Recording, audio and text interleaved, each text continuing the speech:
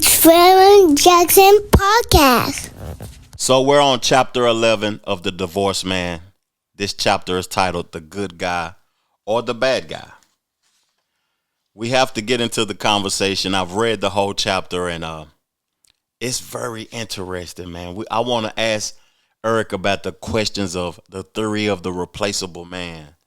You know, I want to read a part of the book too about social definitions and the badge of honor, identity crisis, and just identifying with certain things and terminologies. And I'm ready to have this conversation, man. I think it's going to be a great episode. How you doing today, though, Eric? I am doing fabulous. I am fabulous. I am doing well. Looking forward to discussing this aspect of the book. I think it's a fascinating topic, and I'm ready to jump back in with you. Yes, sir. Thanks, man. Thanks for your time, too, also. I want to just get right into it, too, because I see that the interviews that you did while garnishing and gathering information about this book in totality, it played a part in this chapter because the pattern of behavior, like, it's something you learned from the pattern of behavior while doing those interviews. Could you speak to that, please, and inform us on it? Yeah. Again, and thanks for setting that particular part of it, because there's a couple things that I really want to address about what you just said.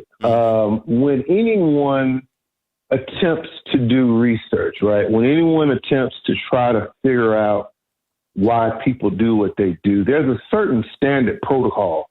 You can't just simply make up a study. You can't just simply say, I talked to these people and this is what these people said. And, you know, I didn't particularly like what they said, but I'm going to get the outcome that I want. To do research isn't that way. My job is to try to find what they call root causes and to try to identify it. And I will say before we start tonight, some people do not like the idea of researchers putting labels on people. Men do this, women do this. There's some people that just get so irritated by that concept. And it's important to understand there are generalities. And then there's data that suggests how people behave. Now, you may not necessarily like it.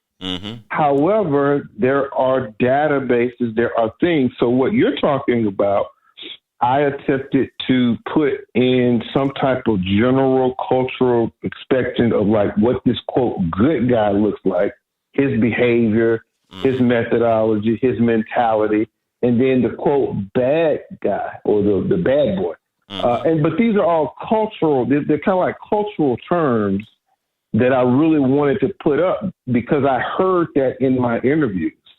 And I've heard women refer to men as, well, you know, I dated this guy. He was a real good guy for years, or I dated this guy and he was a real bad boy. I hear those two terms. So I wanted to introduce it in the book in those terms. But those are social, cultural terms to describe the behavior of men. That's interesting too, because, you know, good guy and bad guy, would those be considered like social constructs? Is they really a reality, or it's just something that was socially created? You hit the nail on the head, sir, as always. Those are kind of social constructs. So it's almost like, and I think we touched on this a little while ago. Think back to, and also for the listening audience, think back to high school. I think high school was that first time that we saw this dynamic. You know, we saw the sports athletes. We saw the guys that had a little bit of edge about them. They maybe had a car when the other guys weren't driving cars, or they maybe had facial hair, or they might have had an earring. You know, there was something different about those guys. Yes, sir. Than the relative masses. And then I think high school is where you get these terms. I think that's where it starts. I agree with you on that too, though, because it's something, the uniqueness of an individual is what attracts people to that individual, especially when it comes to females. But the reason I assume, I'm not even saying that I'm correct in this analogy though, but the reason I assume that it's a social construct is because that necessarily doesn't mean that that is a bad guy or a good guy, because the person that you could perceive to be a good guy could also be a bad guy too. It's just the imagery, you know, is interesting though. But I like the fact that you talked about general data and stuff, because I look, you know, I just learned something too though, because people have a perception that when you gaining data and getting informed and interviewing people and having conversations, if something relates to a person in a way that they don't agree with or they don't like, they become hostile about something that is really just a statistic. And they really don't have to identify with that statistic. It's crazy. I would agree with you. I would agree with you wholeheartedly. Yes, sir. You know, the theory of the replaceable man and the idea that there may be some validity to it, like that's complex, because I think about the song of Beyonce, I'm irreplaceable and all of that. And I think about when women leave men because they think the grass might be greener on the other side, and men being replaceable, and folks be getting divorces at long in their life, like older ages and all type of stuff though. Where does that theory come from? Well, let's go back to a standard theory that's out there. It's statistical data. You do not have to agree with this data that I'm talking about. Okay. But all you have to do is go to the Census Bureau. All you have to do is simply put in a search on whatever platform you want to do. We've talked about this on our podcast many, many times. Look at the current divorce rate in America. Look at that particular number. I think it's a little bit higher than what is being reported. It says that it is about 69 to 70% in the United States. Okay. So if we go, and we also have to establish the fact that it's, and this is undisputable. So if anyone wants to dispute the data, don't dispute it with me, dispute it with the people who collect data. Women are 3 times more likely to file for a divorce than a man. Okay, that's an undisputable fact. But to your point, what you're talking about, you have to ask why that is, right? Yeah. And you hit the nail on the head again. You're 2 for 2 so far. I believe, my personal opinion, that men serve different purposes in different times of the life of a woman. And if you have a guy that served a purpose from, say, 20 to 30, 20 to 40, that purpose may be good. And then you may say, well, you know what? I don't want to be with this guy anymore. I need a man who's going to do this, who's going to take on this particular role. So to your point, I think that there is this concept of us being replaceable. Can men do the same thing? Yes, they can. But men are less incentivized to do that because the divorce laws and the divorce culture are not set up for men to simply switch out a woman for another woman, because the process is so much more demanding on the man than the woman. Ooh, you cooking, Uri. You cooking today. You cooking.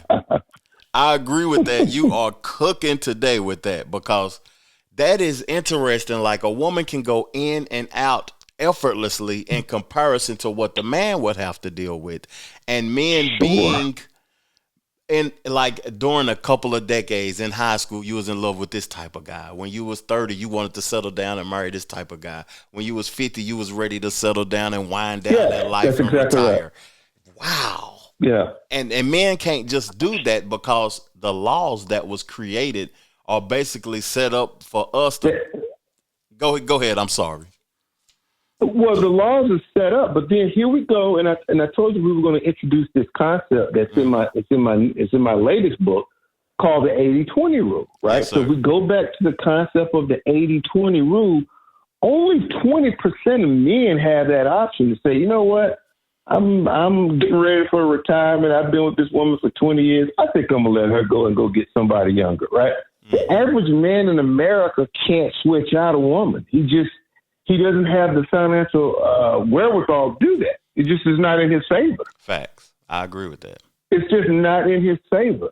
Mm-hmm. The other 80%, the other 20%, meanwhile, on the other side of the spectrum, they can do that, take that little bit of a loss, and keep on going. The average man in America can't do that. Yeah.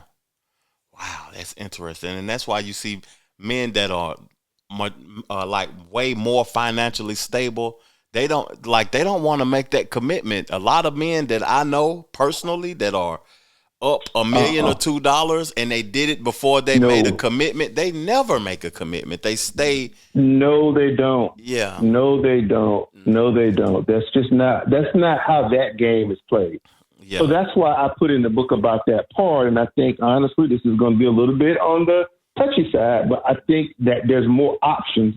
And I think sometimes you go through this narrative of, oh, yeah, he was a good guy or he was a bad boy. I hear that cultural narrative all the time. What about you? Do you hear that narrative?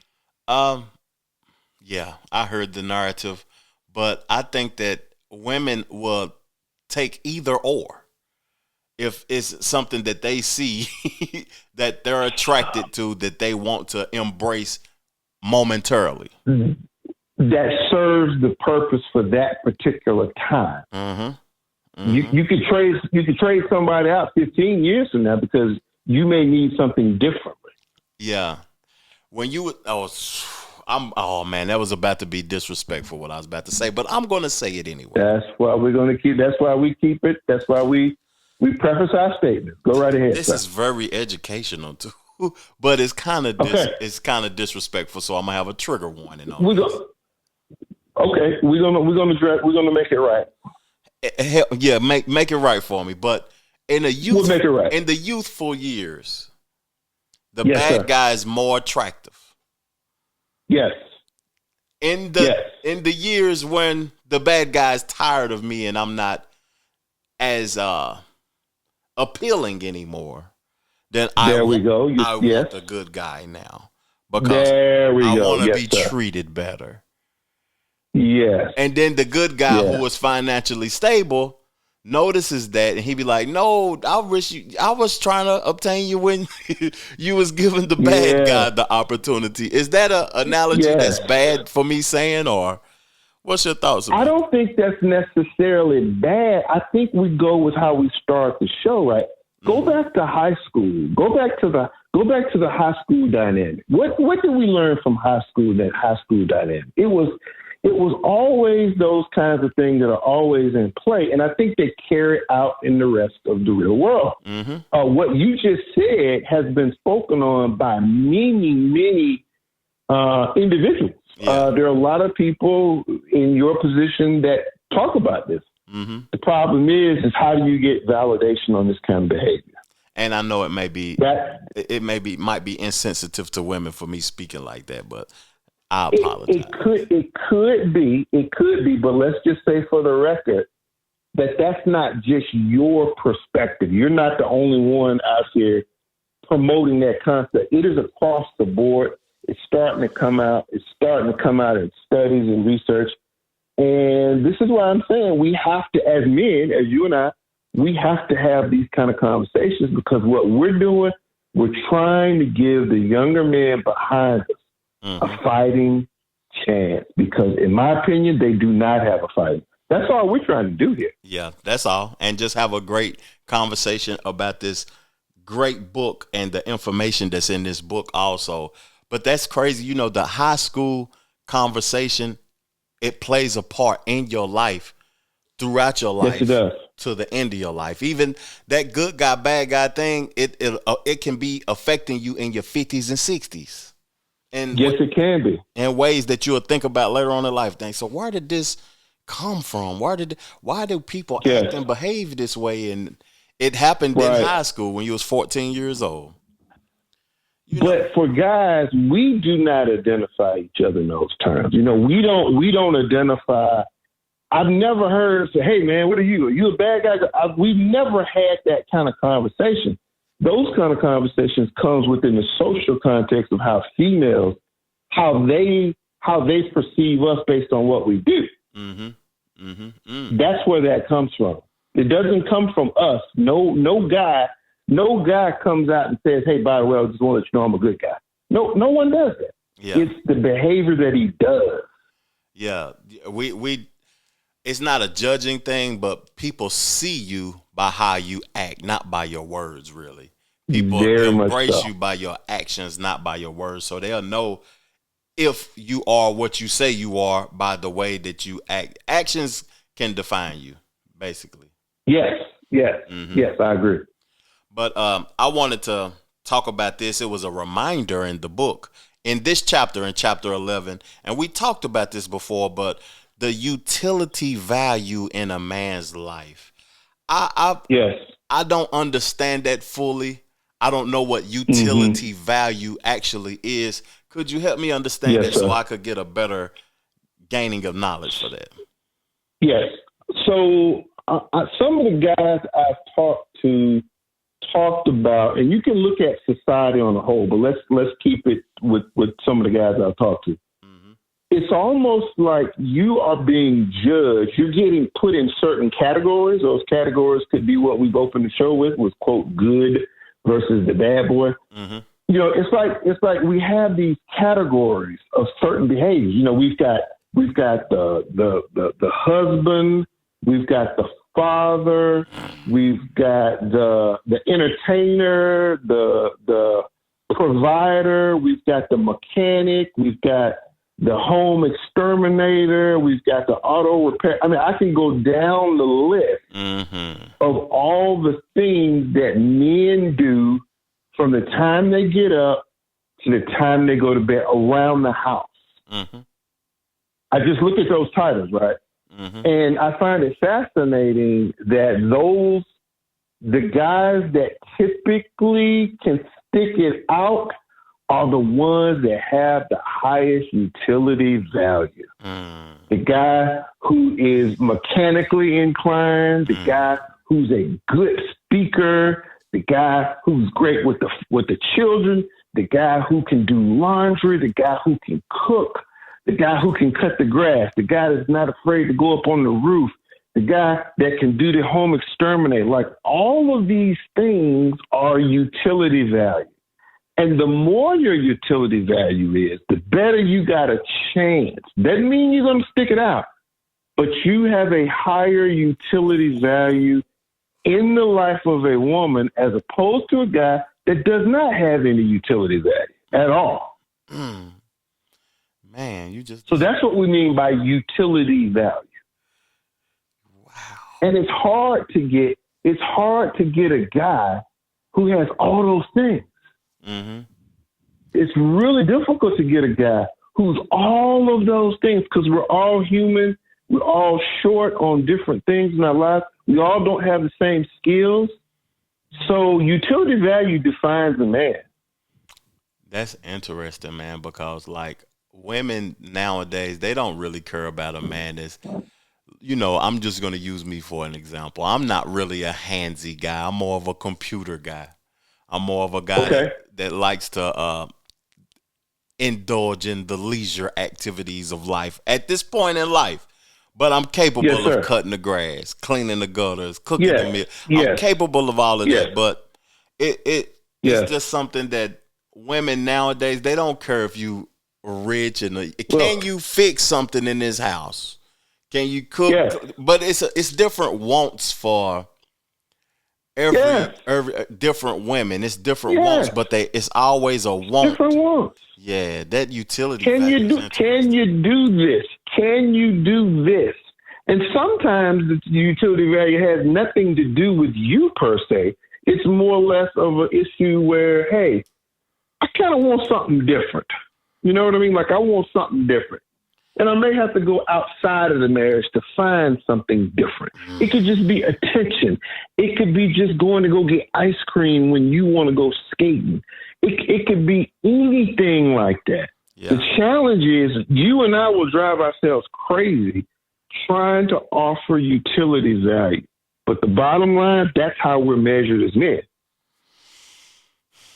That's true. And, you know, I try to stay I'm married now and I ain't entertaining any women or woman or none of that, but the want aspect, we talked about this on the last podcast also, because I think utility value got something to do with women's wants.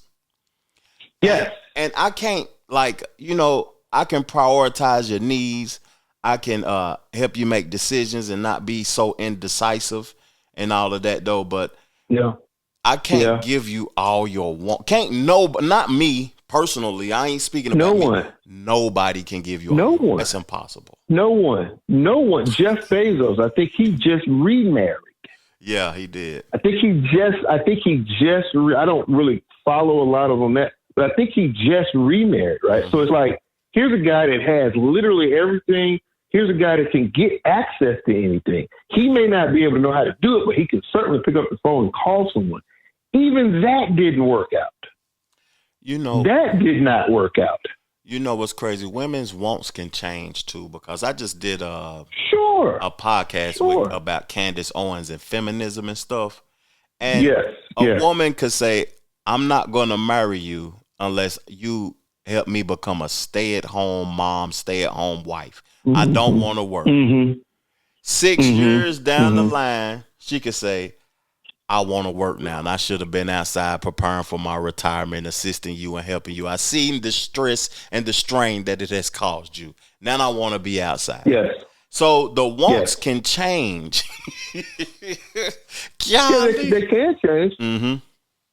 They can change. And again, to be fair, our job is to provide this source, and we're doing it using a wonderful piece of technology. We're using YouTube. Yeah. We're trying to have those conversations so that guys will understand, regardless of how they identify themselves as, the quote, the bad boy or the good guy, they are being measured off of their utility.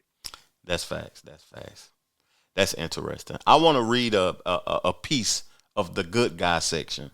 We're going to get to the bad boy aspect here in a minute and identifying and things. I got a few more questions too, but I want to read this though. There are popular social definitions of a good guy. Are the following: a man who tends to operate his life on principles, values, and high level of moral standing. This is a man who is reliable, dependable, and who has purpose in life. Moreover, a man who believes in a higher power and with a sense of humility. This is a man who does not shy away from conflict and values his family. However, for some reason, post-divorce data suggests some men are unfortunately defined as having a failed marriage. Yep. Wow. Definitions. Yep. Defining who you are based upon what they think you are by what they know of you. Also, it's crazy. Cause people can define you as a failed husband or a person that failed in marriage, but just because they know you got a divorce, and in any other aspect of life that didn't work in your life, you could be a success and everything else. But just because they know that part of you, they will call you a failure. That's crazy. That's facts.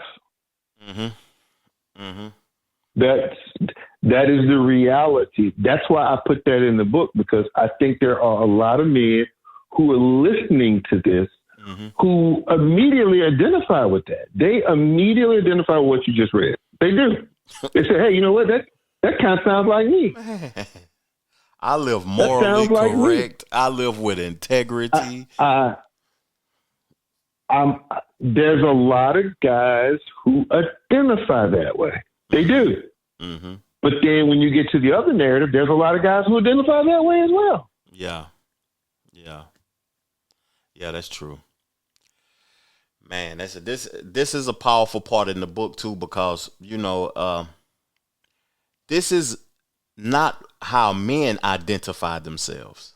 No man identifies themselves this way. No guy is going to come out and say, "Hey, I'm Eric Hamilton. Just want to let you know I'm the bad boy." Well, one person did, but but generally speaking, no, we don't create these titles for ourselves. These are the perceptions, and you have to be a good listener, and you have to listen to women talk. because they will use this terminology. They will use it. Yeah. And they will, and it can attach itself to you if you start to embrace or engage with it. You can make it attached to you, even though you didn't even have that perception of yourself. That's not even who you are. But sometimes a man could want a woman, or he embracing a woman and embracing her thoughts about him. He will have that attachment of being a good guy and a bad guy attached to him because he believed it. Yes, he does. Yeah. That's why the 80-20 rule is phenomenal. I talk about it in the next book. The 80-20 rule is so critical for men to understand. And you have to ask a tough question. Which group are you in? Yeah. You know, I want to, I seen this. I've heard of it before though, but I never heard of the good guys and the like sheep with blindfolds before. I never heard that. That was a new one for me though. But you know, the adjustment to divorce, like how women handle divorce better than men. We have discussed that a lot on this during this series of content that we have been creating. The preparation piece, the knowing what they want to do, them being able to have discussions with friends and family members about the preparation of leaving somebody. It's just interesting to me that I don't see a lot of men engaging with this type of content, and you know, it's starting to be sad to me that guys ain't engaging in this, and women are having a heads up on them in that aspect. Oh my goodness! I hate the fact also. I don't hate much, but I dislike the fact that it's such a divide between the sexes, and the divide is going to just continue to grow. I don't think it'll ever be a unification between men and women. It's going to be very hard for that to happen. And again, the beauty and the value of what you and I are working on is all we're trying to do again is to give men the ability to have a resource for them that they can, you know, not to judge women, not to put women in certain categories, but at least try to understand that this isn't just happening to you. A lot of times men think that this is happening to them only, and they internalize stuff, right? But it's really not. It's just it's a pattern of behavior that some say exists. Some will say, "Oh, you're just resentful. You're just resentful of women." I'm not resentful of women. I talk very candidly in my new book about, you know, my mom is responsible for me being where I'm at. I mean, my dad played a role, but my mom gave me that vision. She gave me that ideal. She made sacrifices, real legitimate sacrifices to get me to where I'm at. So I have no resentment. I got zero resentment. I'm just trying to get men to be in a position where they can dialogue.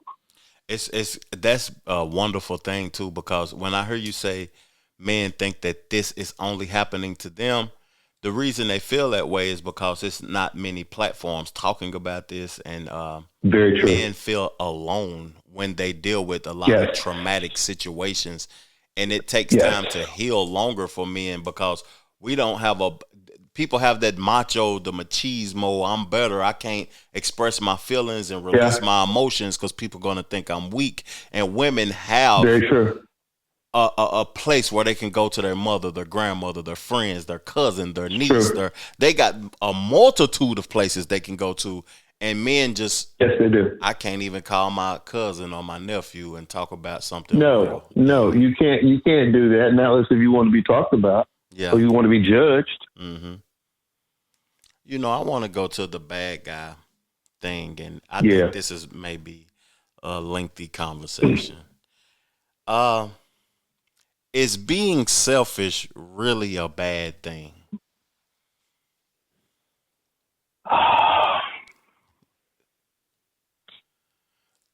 It depends on how you use that.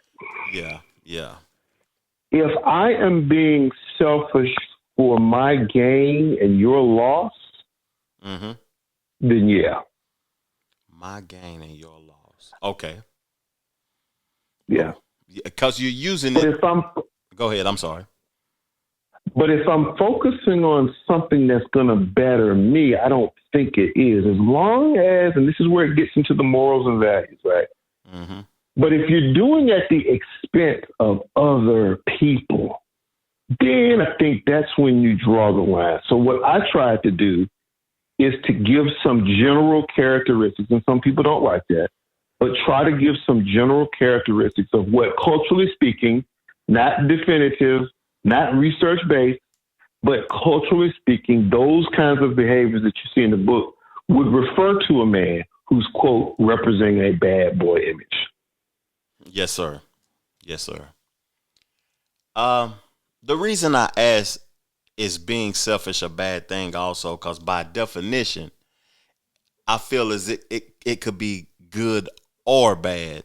But being used in the way that you described it, being used for the bad guy situation, I agree with that though. But it being used by definition, primarily focusing on their own interest, that's a good thing to me, because I feel as if you need to have your own individual interest to be able to thrive in a healthy relationship.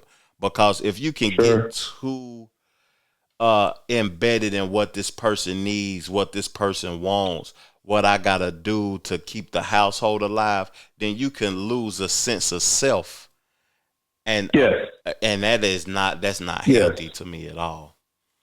Yeah. Yes, I can speak to that. I can definitely speak to that. I'm referring to the guys that will manipulate, the guys that will have multiple relationships, the guys who will purposely get with a woman because he feels that he can manipulate her.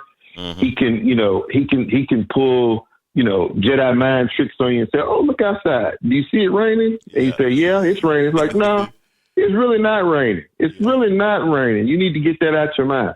There are men who are very good at that. They are very good at that. The problem is that those men, and I think they're in the 20% category. This goes back to my 80-20 rule. I think those 20% define the behavior of men as a general. They define their behavior. So therefore, when you go to divorce court, therefore, when you go to any kind of thing that brings men and women together, that burden of divorce that I keep talking about, it's on you, it's on me, it's on the little boy across the street who's 13, 14. It's on any male figure, because the burden of that is now inherited from all of us. Wow. Goodness. So it's the one bad apple. It's that one bad apple. And you don't have to comment on this, but think back to your high school. Think back to the, quote, bad boy that you knew in high school. Think about their relationships with women. Think about all of that. Think about the stuff that you know personally about guys.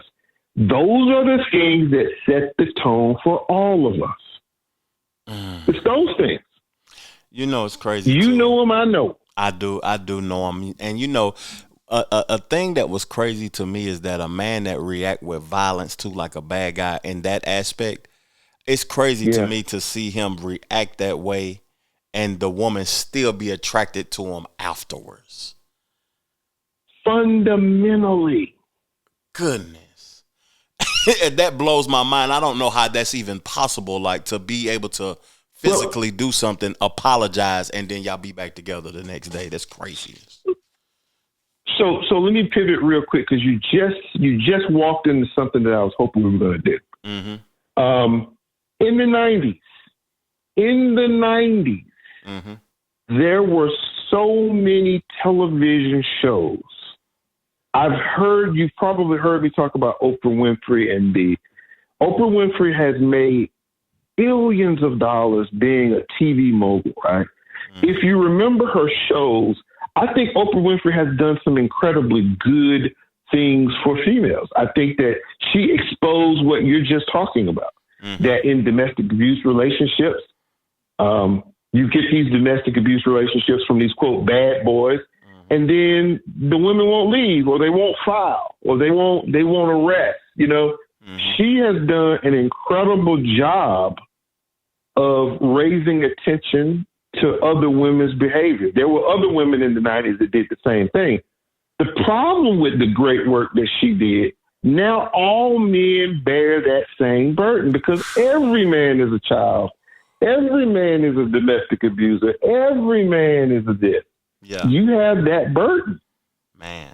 You've got that burden when you walk into the courtroom, whether you know it or not. You have the burden. You know, Oprah Winfrey has done a lot of. I was young when her channel was really popping, when her show was really in the forefront. But I remember the women crying and the conversations and the impact that it had. Oh yeah, it was a massive show that helped women and hindered women and gave a perception of men that wasn't even reality. It was not reality. Mm-hmm. Did it help some? I would say yes, that it did help some because it shined a light on what you just spoke on earlier. The problem is that you got a culture of that not every man is guilty of this. He is when you walk into a courtroom for a traffic court violation, for whatever it is, you have the burden of being the wrongdoer. Why do I know you're the wrongdoer? Because I saw it on Oprah. Goodness gracious. Goodness, man. I saw it on Oprah. And if it was on Oprah, it must be real. It must be true. I saw it on TV, so it's got to be true. Is that a form of programming? I think it's a form of socialization where we're socialized to just accept these narratives without questioning them. All men are not child abusers. All men are not sexual predators. All men are not. They're not these things. But our program and our socialization causes that. And regardless of what you and I do, whether how good we are, how well we try to treat women in relationships, at the end, when things go sideways, you're going to have that burden, not from what you've done, but from the previous men who did what you did. You're going to have that burden. So that's why I put that in the book.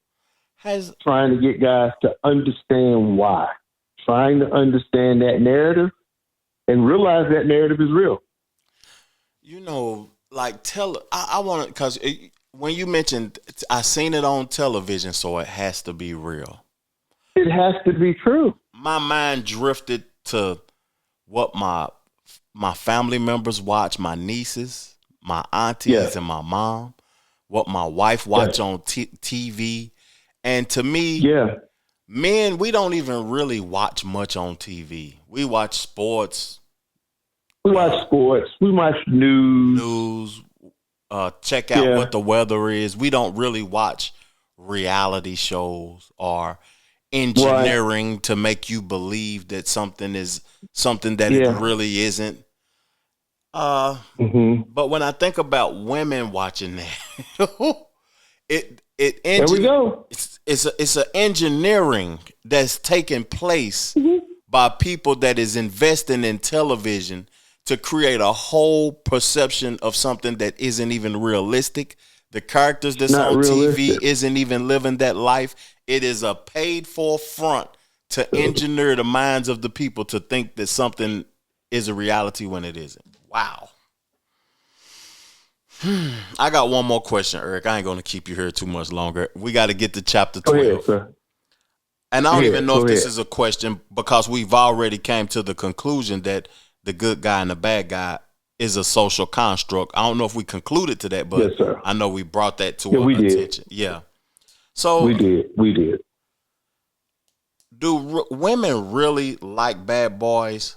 Is it the bad boys or is it the attention and the thing? Is it the attention or the things they can obtain? So that's a very difficult, tricky conversation. I think that conversation is going to be who has the nerve to answer that question.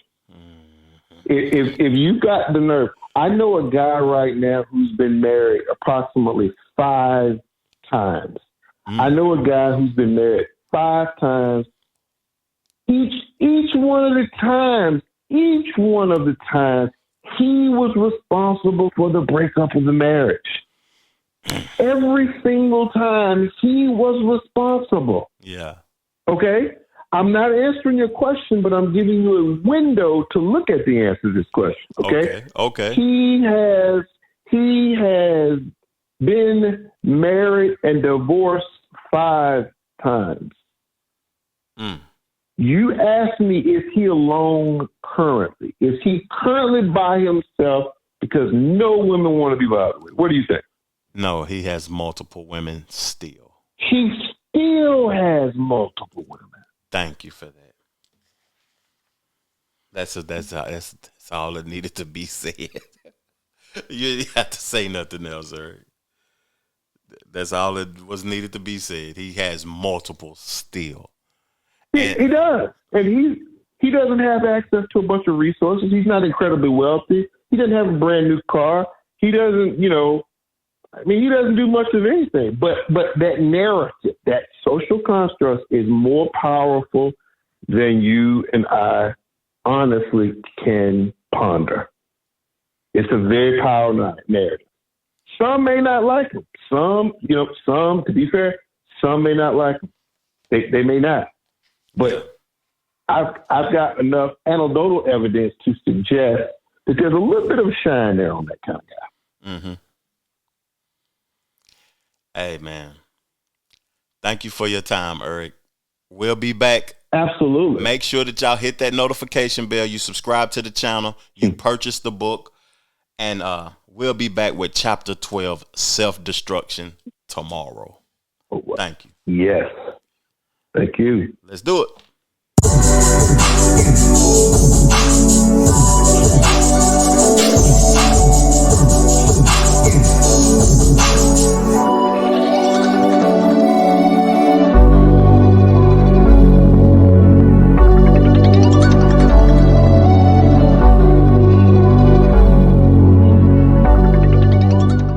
The Trevor Jackson Podcast.